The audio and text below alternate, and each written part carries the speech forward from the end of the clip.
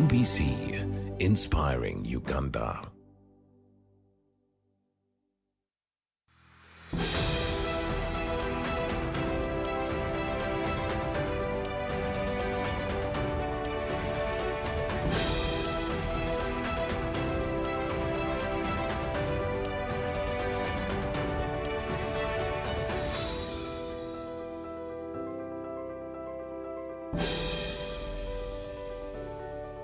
Yes, a very good evening to you tuned into UBC TV. We thank you so much for following all our work and welcome to this week's edition of One-on-One with Michael Jordan Lukoma. Like I always say, we discuss variety, and here we are with another topic.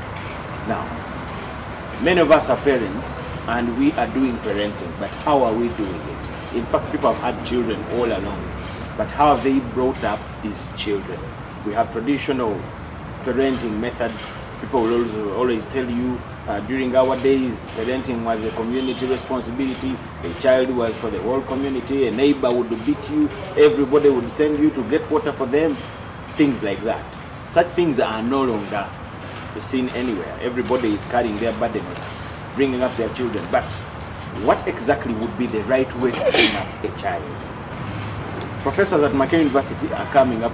They have held a research about parenting. One would wonder how they picked interest into this thing now when people have always had children, and what kind of findings are they coming up with and recommendations that they may make. So we are going to look at that. Why are we picking interest is why do they come up now with research about parenting, yet people have had children all along. So I have one of them here. His name is Dr. Siu Godfrey. He comes from the Department of Child Health and Development Center. Child Health and Development Center, Makerere University. Doctor, you're welcome to the show. Thank you very much, Michael. Yes. So you are holding a research about parenting. How did you pick interest in this thing that has happened for millions of years? Once again, thank you, Michael. I think I should say a little bit about myself again. Okay. My name is Dr. Siu Godfrey. I work at Makerere University, Department of Child Health and Development Center, where I'm a senior lecturer.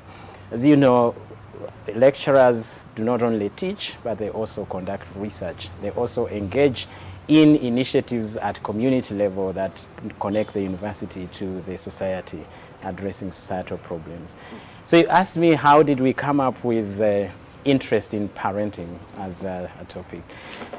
And you have also said that parenting has always been done. Yes. People have done it right from 0 up to now. Even people that are 100 years, they were brought up by their parents. So how do you come up with this idea now? Exactly. What motivates? I think today we can say that we have a crisis in parenting.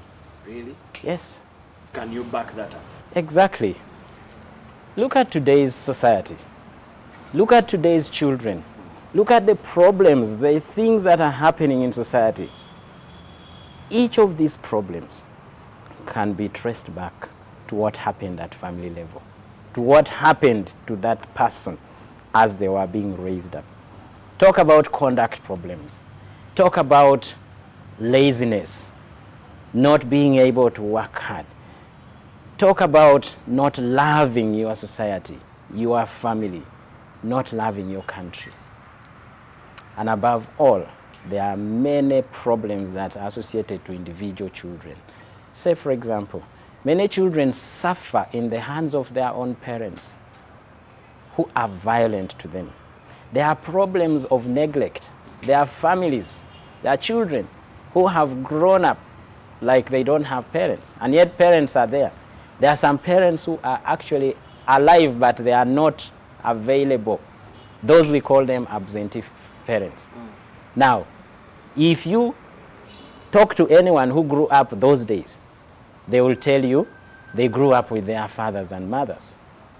But today, a lot of children who grow up without parents, without mothers, without fathers, because either a father simply believes he can't handle his responsibility and he has left the home. These days, actually, fathers, men, yes, they walk out of marriage or a family. They disappear somewhere and the children say, we don't know where our father is. These children are growing up without a father figure. So a lot of our children are not getting what they should get. And they grow up somehow. We have people in society who are very responsible. They're doing a lot of good work, serving their communities. Yes. Having good families when they actually grew with nobody. Yes. They grew up as orphans. They were growing up by the grace of God. You get? Yes. Doesn't that contradict what you say that the irresponsible people we see today is because they grew up without their parents? Okay. Yet we have people that did not have a chance to grow with their parents, who died when they were still young, but they are responsible people even without these parents. For every one successful child who grew up without parents, there are probably 99 who have not grown up and become successful, like this one child. So what I'm saying is, don't pick up one example of a successful person who grew up from disadvantage, from neglect, and say, after all, it is good because there's that. There are 99 who missed. And as you said, somehow, you neglect your child, they might still grow. They might. But there will be so many who will miss this opportunity. So let's not focus on the one. In fact, we can use this one successful person to become a role model. Invite them to speak what made it work for them. Many times it could have been because somebody else stepped in to take the responsibility, to offer an opportunity to study. What would be the role of a parent? Of course, this is a question anybody would look at as easy. Yes. But in your view now, with technical, in a technical view, Yes. before we look at the research, Yes. issue, what do you think would be the role of a parent in bringing up a child that you see is missing in us, the young people, in the people of today? Parenting is measured through different dimensions. There are many different aspects of what makes you a good parent. One is being able to provide for your children. So make sure there is food, make sure there is school fees, make sure all these things that we all struggle with every day. That's one role of a parent. A second role of a parent is to nurture behavior and character. Regulating behavior conduct, guiding children on what's wrong, what's not, what's right, and how to live in a society. The other role is to socialize children in terms of their gender, to grow up knowing that this is how I am supposed to be as a male person, as a female person.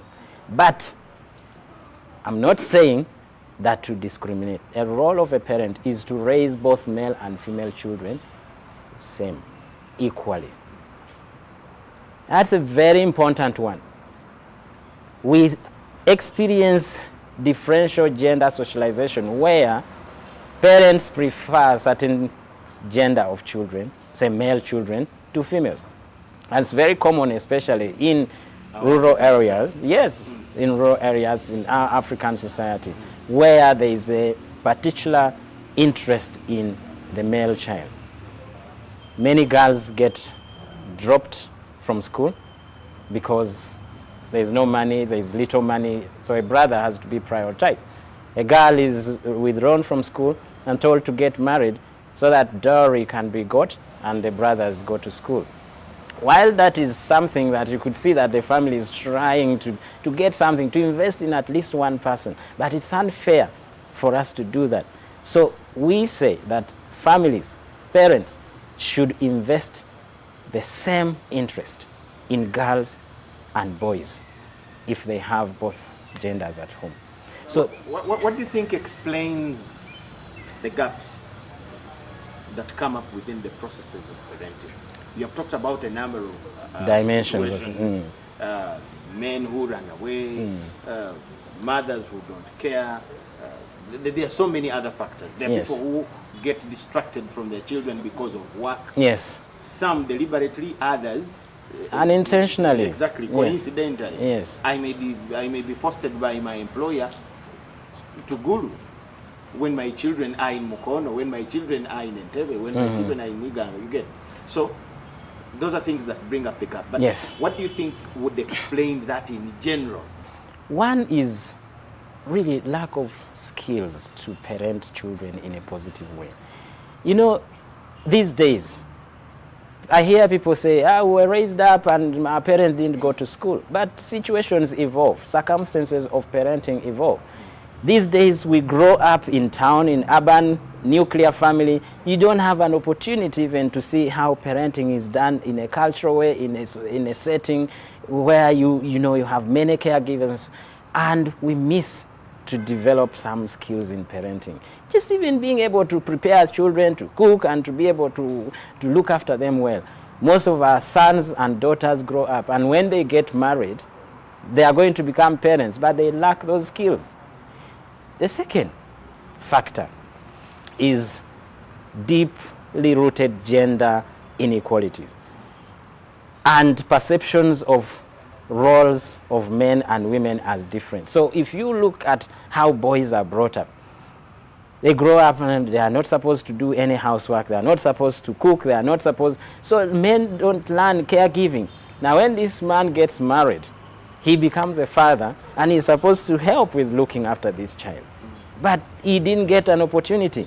And so you find a father who is neglectful, doesn't believe that is his role. And that's why it's easy for men to go away and just disappear, and 10 years they have never seen a child whom they fathered. So and then work, of course. You said, we are posted, we leave our villages to come to town to look for work. We leave children. Yes. And that is another aspect of parenting. The economy, the need to provide, is a very important aspect of parenting. But when we focus on only that aspect, we undermine other roles.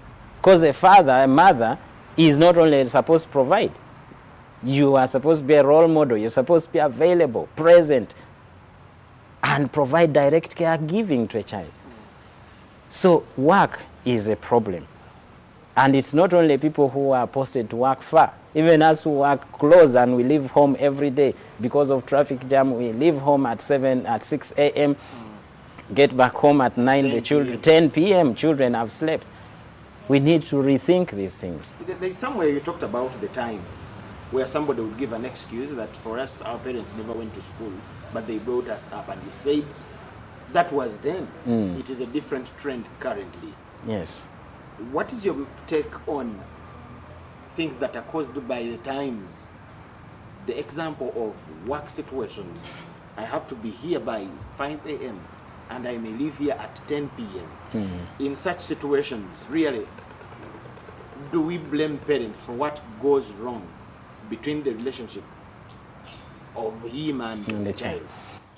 In fact, we are not here to blame anyone. We are not to blame parents. Even me, who is sitting here with you, I'm not even here to say that I'm the best parent. And no one can say they are the best. Yes. We are here to acknowledge that there is a problem and that we all need to do something about it. Who takes responsibility of that gap? So we need to rethink. If, for example, you are a person, a parent who is working and your work is busy, do you find time within that busy schedule for family? For example, weekends. Do you work every day? Do you work even on Saturday and Sunday?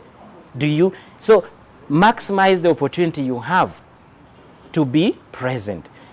When you go back home in the evening, be around, talk with the children. They need some time with you. And in fact, children many times don't need our presence. They don't need our presence, but they need our presence. Many times say, I will travel many places and take them presents. That's good. But they also need us to be there. They need these sweet, nice things that you give them. No, those things are just part of what they need. When you look at parenting and where you mentioned that parents have to be together, the man walking away, the wife walking away, it now takes us back to marriage and relationships. Exactly. Today, somebody will tell you, I want children, but I don't want to get married. Haven't you had such? I've had that, and that's very, very unfortunate because it is such an unfortunate thing. There is no child who is meant to be brought up by only one parent according to the design. Even if you went back to the Bible, to creation story, no child. We cannot subject our children deliberately to that kind of mindset that I want a child but I don't want marriage, I don't want. If you look at research, children who have grown up with both parents are less likely to have conduct problems compared to children who have grown up with a single parent. Remember, I said that there will be exceptions, but overall, the trend indicates that where there are both parents present, children are likely to have better outcomes, better education, better health, better mental health. And that's a very serious problem. How do you address a situation where a child, you have a single father, he said, I just want to father a child and don't want the woman. How will you explain to this child when they say, where is my mother, daddy? Or you're a woman, you said, I wanted a man to get me a child, but I don't want that man. How will you tell them what happened? Where is daddy? Because they will see other children with fathers. With their daddies. And sometimes these children are so miserable. Find and get one child of that age, and you just ask them, where is your father? Or how do you feel? You will almost shed tears. They will say, I admire. Or just give them a note. Ask them to write what they feel about their family situation. They will tell you things that will lead you to tear. The times have also brought a certain kind of education. Yes, all along boarding schools have been here. Yes. But it is now beyond what people used to have previously. Mm-hmm. This is a whole 3 months of children away from home. Yeah. Even if now you are present, but you want them to perform well, you want them to concentrate, so you would carry them to a school yeah. and let them be there so that they concentrate. Mm-hmm. You get? Yeah.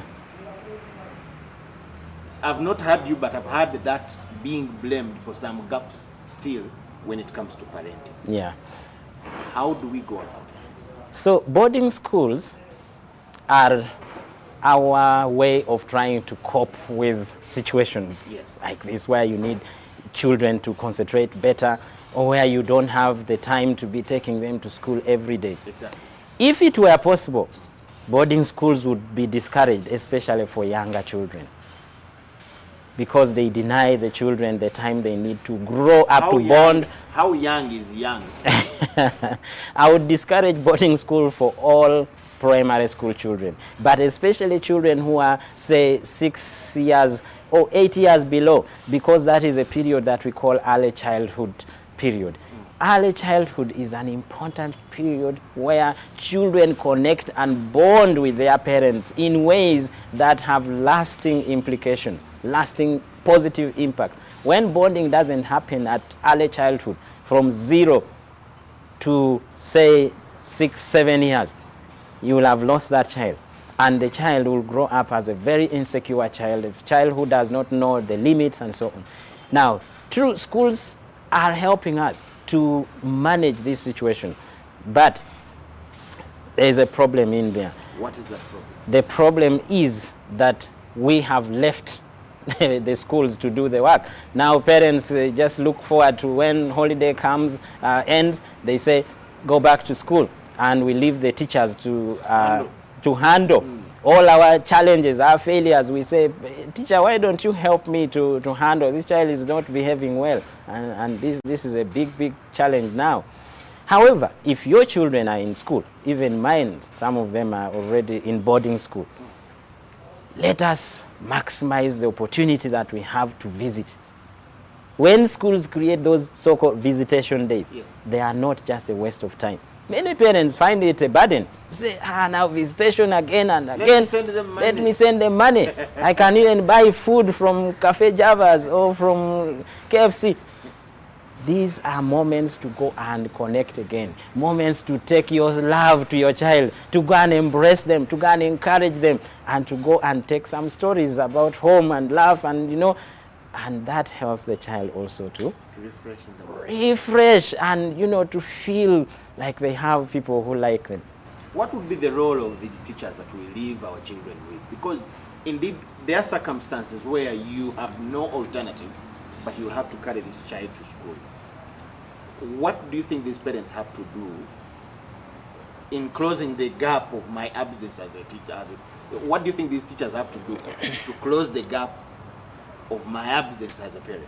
So I think teachers already know their roles quite well, and many of them do them very well. They act as parents to the children, they advise them, they counsel. We wouldn't be having problems with these children that have not been their parents. No, but that is where the problem is, if we assume that it's teachers to deal with every problem. Okay. Teachers have their role. In addition to teaching, they counsel children, they provide career guidance, they support. You know, there are many teachers who sacrifice their money to buy little gifts to children, to buy, you know, somebody's toothpaste has run out and the teacher helps.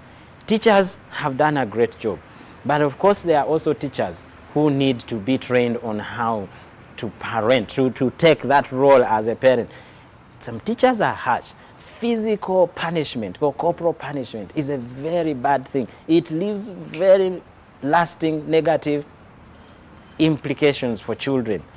They get discouraged. They feel they are being treated inhumanly. And sometimes this corporal punishment is done in the assembly where everybody is seeing, and then the embarrassment, the shame, you become the talk of the school. Yes. So teachers need also to know that the best way to correct is not to beat. Some teachers beat children for giving a wrong answer. Now I'm in class, I'm in P2. You ask me who is 4 plus 4 or 4 times 2 minus 1. And I say, I calculate and I find the answer and I give. Then you come and give me a knock on the head. That is wrong. Because if I knew, I would not be in that class. Your role is to support me, to learn, to guide me. And you are the expert. So we need also to address that part. But the issue that is more serious is at family level.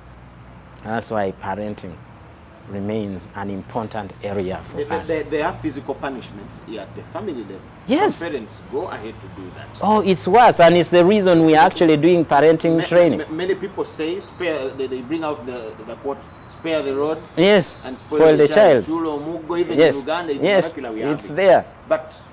And they will tell you, our father used to beat us. Yes. We used to be punished. Yes. They would tell us to fetch 100 jerrycans of water. Mm-hmm. We used to be beaten.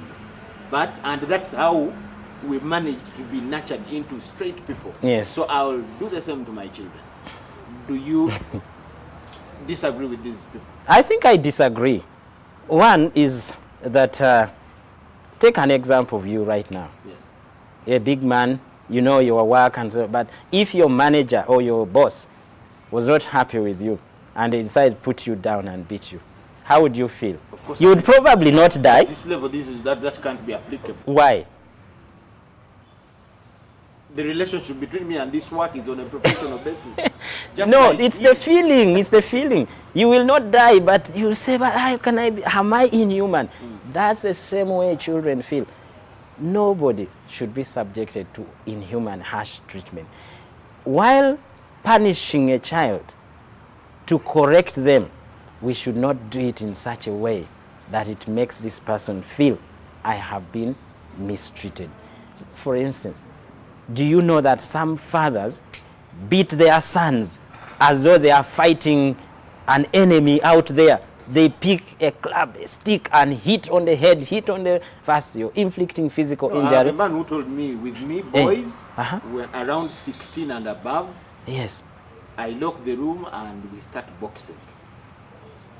I want you to step in the shoes of those parents who have boys around adolescents who are on the verge of going wild. Yes.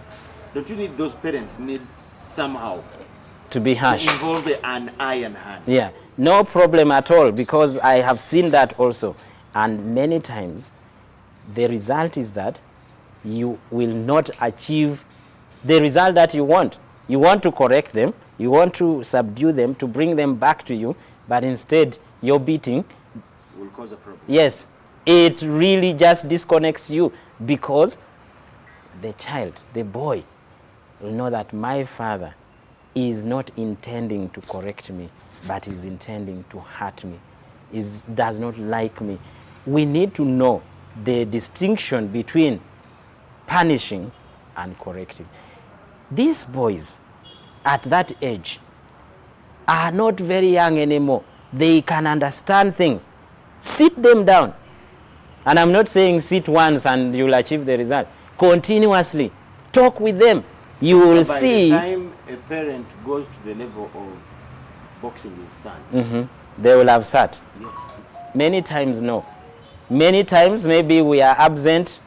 Then we come and realize, oh, this boy now does this. Let me beat him up. Of course, there are those who try. But even the way we sit, and when we start, it starts from far back. Develop a method of communication, sitting down. When there is an issue, sit down and say, there is an issue, my son. Let's sit. Sit here and we talk. and that will solve problems. It doesn't solve the problem all the time, but it will make the boy realize that to address an issue, you need to sit down and discuss. Listen to each other. But if we beat, we drive them away, but also we are also modeling the same behavior in these boys. When they get married, the first person they want to inflict the same kind of pain is their wives. Thank you so much, Doctor. Let us take a short break.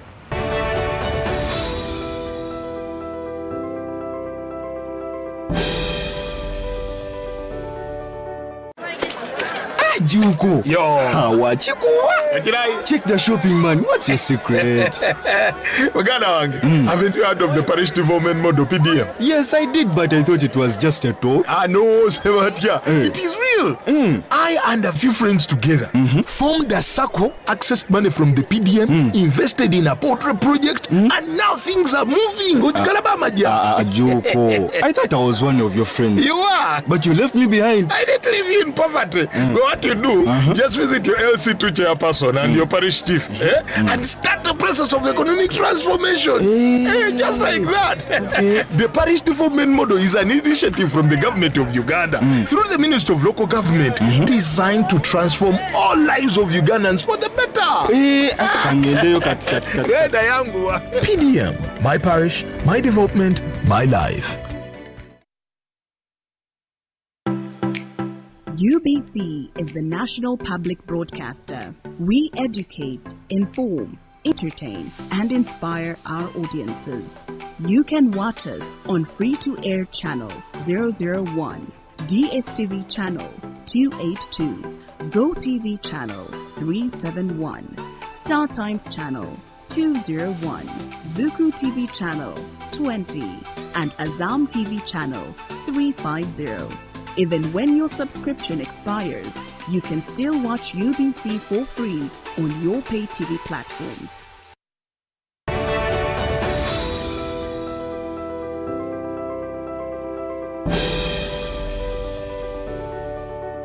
UBC One-on-One, we thank you so much for watching and welcome back from the break. If you have children with you in your house, are they at school, wherever they are, this is the best program for you to watch, because the discussion directly concerns you.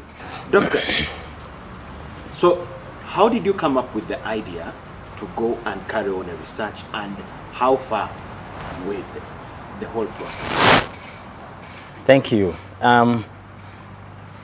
As I said, we are now in a crisis at country level, internationally. We have recognized that parenting is an important area to invest in. Yes. If you're thinking about human capital development, Go back and start from family. Because these babies that are born are going to become you and me in future. Yes. They'll be the workers, the employees of these different companies, and they'll be the ones running the country.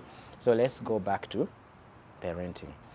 Now, in 2012, I'd happened to do a research project on fathers and their health and their families. And the most dominant concern among all fathers was family life, family relationships, raising children. And a very important issue came up, that they are losing respect. They wanted to regain that social honor of a family, a respectable man. And they said the main problem is that it's parenting our children. We want our children to grow up well, healthy, well-behaved, successful, and that will bring respect to me as a family, as a man. Yes. So masculinity was important. Things that define a man, respect.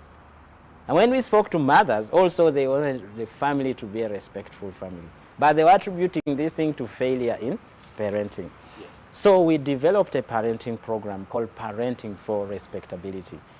And this is important because in this country, we have been seeing individuals, organizations doing parenting seminars, trying to bridge the gap.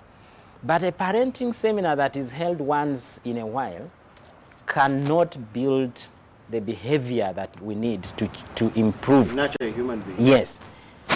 It cannot help to change these deeply rooted norms around caregiving. If you brought fathers and mothers to a one-off seminar in 2 years, you're not going to help to improve their gender norms and caregiving at home. Once in 5 years. Yes. So now we said we need to bridge this gap. Join government, join others, and make a contribution by developing a parenting program that will be delivered to groups of parents in communities. Not once, but they come and attend a session and another, altogether 16 sessions. These sessions cover different aspects of parenting, the ones that we have been talking about. Yes. A core emphasis of our parenting program, and which makes it unique, is the recruitment of parental couples. We emphasize that we need both mother and father, because if you deliver a parenting program to only mothers, as is always the case, you will have left a very important category, the fathers. So this program targets male involvement, fathers, and the sessions that involve fathers are very impactful. Some fathers cry. Some fathers say, I didn't know that I was doing this to my own children. So those are some of your findings currently? Yes, we've got very amazing findings. After recruiting 2,300 parents to participate in this parenting program recently, we did research before we started, before the parents joined the program, to find out the level of family relationships, the existence of poor parenting practices, child neglect, violence, broken relationships between husbands and wives. We documented all those. And then we started educating parents for 16 sessions. After that, we came back and did another research with the same parent to ask, to check if the situation behavioral changes. Yes. And we found amazing results. One, in terms of child maltreatment, 49% of the parents had reduced those problems that were leading to child maltreatment. There was a reduction of 49%. In terms of poor spousal relationships, the conflict between husbands and wives, 52% of the husbands or fathers said they no longer inflict corporal punishment to their wives. And that is important. Why? Because where there is violence between spouses, between father and mother, definitely the child will be affected or even take lessons, dirty, bad lessons. Exactly, and these children, we learn from what we see. And when we pick these lessons that the only way to resolve a conflict at family between husband and wife is to fight, we take it to our own marriages later. And that is called intergenerational transmission of violence. So the violence that you see, the conduct that you see in some adults could be traced back to how they were parented. In these discoveries that you came up with, what kind of knowledge did you share with these parents that enabled them to realize where wrong they were. Yes, that's interesting. Now you're taking me to discussing the content Exactly. of the program. How did you enable them to discover their wrongs and their mistakes Yes. as parents? So first of all, when you're designing a program, you do research to know what is the current challenge and use that information to design a solution that addresses that challenge. So the challenges we had identified were that parents were not connecting with the children. There was lack of love, expression of love, lack of bonding and attachment. That was one thing. Parents just, they took life casually with children and they didn't care. They only wanted to provide. But developing this attachment and love, which is an important component of parenting, was missing. The second problem was use of corporal punishment as a way to discipline children. It's a problem. The other one was a big problem of interparental violence, abuse, verbal abuse. Man is kicking the wife, woman is abusing back, and separation. So our content, the program that we developed, was meant to address that. We wrote a manual, like a curriculum, Yes. that the people who are teaching these sessions will follow. Now, I can give you one example. Yeah. One example is the role of fathers. So we examine that. What is fatherhood? And we have content that helps a father to step back and say, what is the role of a father actually? And I can tell you, Michael, that many fathers today have completely misunderstood the role of a father. Some think it's about making a woman pregnant and then you become a father. Some think it's just providing. I've given them money. Yes, I've given them money. They have food, they have Exactly. electricity. Yes. Some even don't know, they just disappear and go. So we go back to those basics and say, what is fatherhood? What does it mean to be a father? An important issue in all our families is who is the head of the family. And every man will obviously say, I'm the head. up. Yes, I'm the head of this one. So we say, okay, wonderful. We are not going to challenge you on whether you are the head or not, but let's examine what is the role of the head. And we usually take an example, just a human head. Say, on your head, there is the eyes, there is nose, there is mouth, and there is... So, what is the role of the mouth? Say, the mouth is to feed, take in food. And does the mouth eat for the head? It's normally the body that demands that I'm not hungry, I need to be fed. So, as a father, that's just something that we look as an analogy. Does your mouth as the head feed you the head or feed the whole body? The body, which is your family? Because if you are the head, then the body is the family. So do you use your mouth to feed? What comes out of your mouth as a father? The words that you speak. For example, some fathers will say, you stupid, you dog, you this. You are declaring things like that to your own child. And then tomorrow, you've been saying, you're stupid. Tomorrow, you're saying, but your report is not good. You've been declaring a stupid man. Proclamation, actually. Exactly. Even the Bible says about these things, that what you pronounce, what you proclaim is what will happen. In your manual and the kind of information you share with the parents, Yes. how do you handle that area of circumstantial absence of us parents in our families, where we just find that we cannot be there? Yes. Even when you wanted. How do you, teach parents to be available where they're not available? True, and that is a very common situation. All of us, even me right now, I'm not home. Even you. So how do you train these parents Yeah, to be available where they're absent? So first of all, we avoid to blame parents. It's not a blame thing. Actually, like we said, none of us is perfect. Exactly. Parenting is not about a share of information. Yes. So it's not about being perfect. So don't regret so much. We talk to fathers and mothers, say, yes, you may be in that situation, but it's not too late. It's not too late. Be deliberate when you have an opportunity. Actually, be deliberate, create the opportunity. I gave an example of visitation. Tomorrow there is going to be visitation at one of our schools, and we are going. Mommy is going, I'm going. I can't go anywhere else, because those are the moments we must maximize. So there are opportunities, there are situations.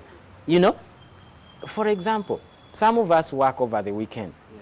If your work is so hard, but weekends are relaxed work environments, I think. You can go with your daughter or son and, you know, keep him busy somewhere, keep checking. And that's a way of spending time together. Create time for the children in the evening, on the weekends, and also maybe go for shopping with them. Sometimes I can move with the children. Daddy, you want this? We go. You move, you sweat, but that is the moment.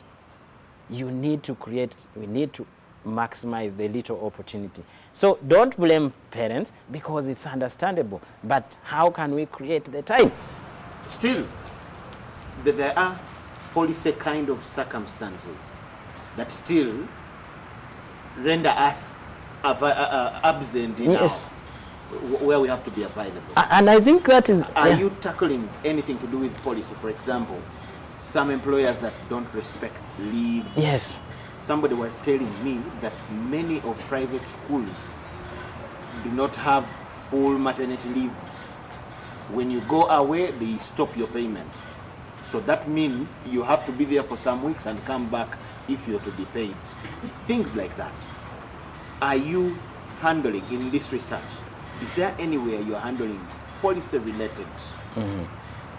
So that's a very important issue, and thank you for bringing that up. Our research is not directly addressing maternity leave and other policies that it is parenting, yes. But we work with the government of Uganda, Ministry of Gender, Labor and Social Development. We work with the Department of Family and Culture Affairs. Their technical officers are advisors in our research project. They are part of it. And they know the policy dimensions. And they are working towards that. It's unfortunate they are not here, but maybe one day create an opportunity for them to come, and they will be talking about that. But I also understand that schools... You see why I brought it? Yes. You have emphasized availability, create time. The things we are talking about of people leaving home at 5 and going back towards 10 midnight, it is mainly because of pressure at home. Yes. I was sometime near a certain bank beyond 9 p.m. and people were still there. I know. Yet to ask the clientele, we always thought banks close at 5. At 3, 4. No. As we're still there and machines, you would hear people. Don't you think some employment frameworks also keep us in the realms of working, hence the absence? You may put a lot of emphasis in making us understand as parents, but again, how do you solve these situations, policy, work related, that keep us away? Actually, or how do you teach us to go about them? Michael, you're very right. Yes. There is a very big policy gap in this area. Employers need to rethink this. You are working to generate profits, income, but through people. These people have another life. They are parents, they are family members. We need to deliberately think about that as employers. What we call community, is it social responsibility? Exactly. What is it? Is it only about going to promote your services and to go once in a while to do cleanup? Pay attention also to your workers, to your employees.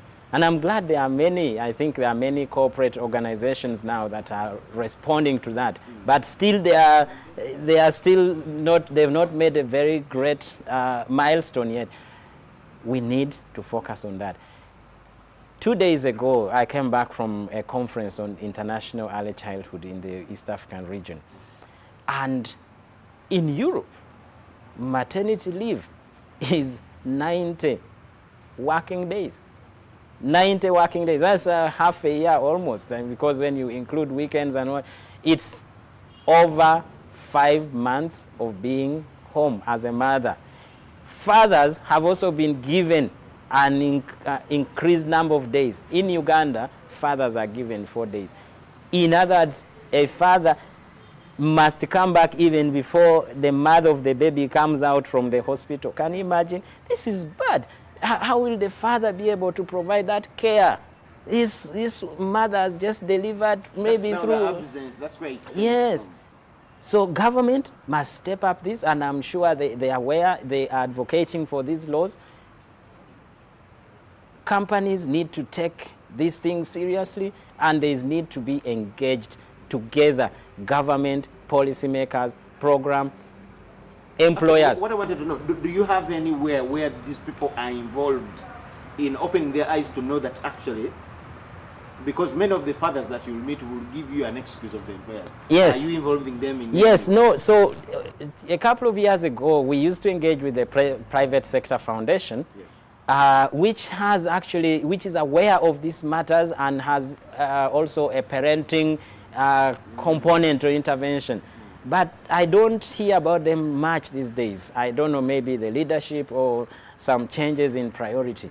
But that was a very good conversation then, because they are beginning to become aware of the needs of employees who are parents, and give them time, support them, encourage them, have events that even bring families of the employees together so that they can also feel relaxed, that the people can be stressed.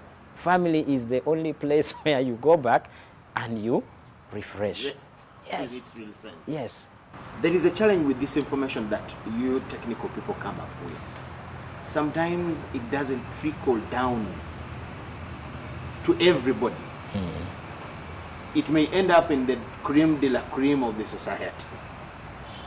How are you planning to disseminate this information to all the parents? Because you don't have to touch a few parents. You may touch a few, and the crisis you talked about at the beginning will remain. Yeah. So how are you planning to disseminate this information everywhere so that every parent at least is touched? First of all, opportunities like this are really important. And so I thank you again and the management of UBC. Most welcome. We are grateful when we get these opportunities to disseminate innovations. Like I said, this is a homegrown parenting program. It is developed by us Ugandans, and it has evidence that it works. So now some people will get to know. But we are working with government. Like I said, our program has officials from the Ministry of Gender who are part of it. And through this work, we have supported the Gender Ministry to create a national parenting program, which I hope and believe that will be launched soon. This is our contribution. So our research is not just technical and staying in the shelves as people keep saying. We are disseminating community, but also to government, who are the policymakers and who are the ones Take who use of the yes, information? yes. And so they've used it to inform the development of a national parenting program.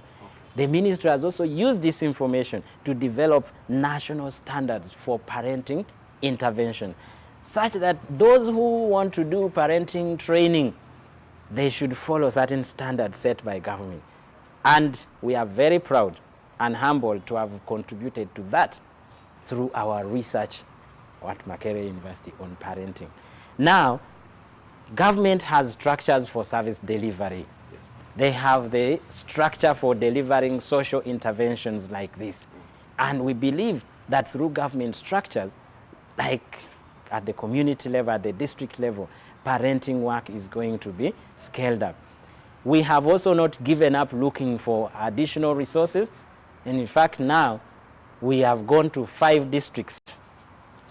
So we are beginning to extend, to increase the reach of the program. This time round, we started from 2,000 parents. This time, we are targeting 30,000 parents. So those are 30,000 families. And we are working in Tororo district, in Busia, in Amuru district, in Wakiso, and Nakasongola. Now, the beauty of this is that for us as researchers, as academicians, whatever we do in program work, we also have a research component in it so that we learn from it. So now, when we do this work in the 5 districts, we shall collect more data that we shall feed into ongoing programming. Thank you so much, Dr. Seal.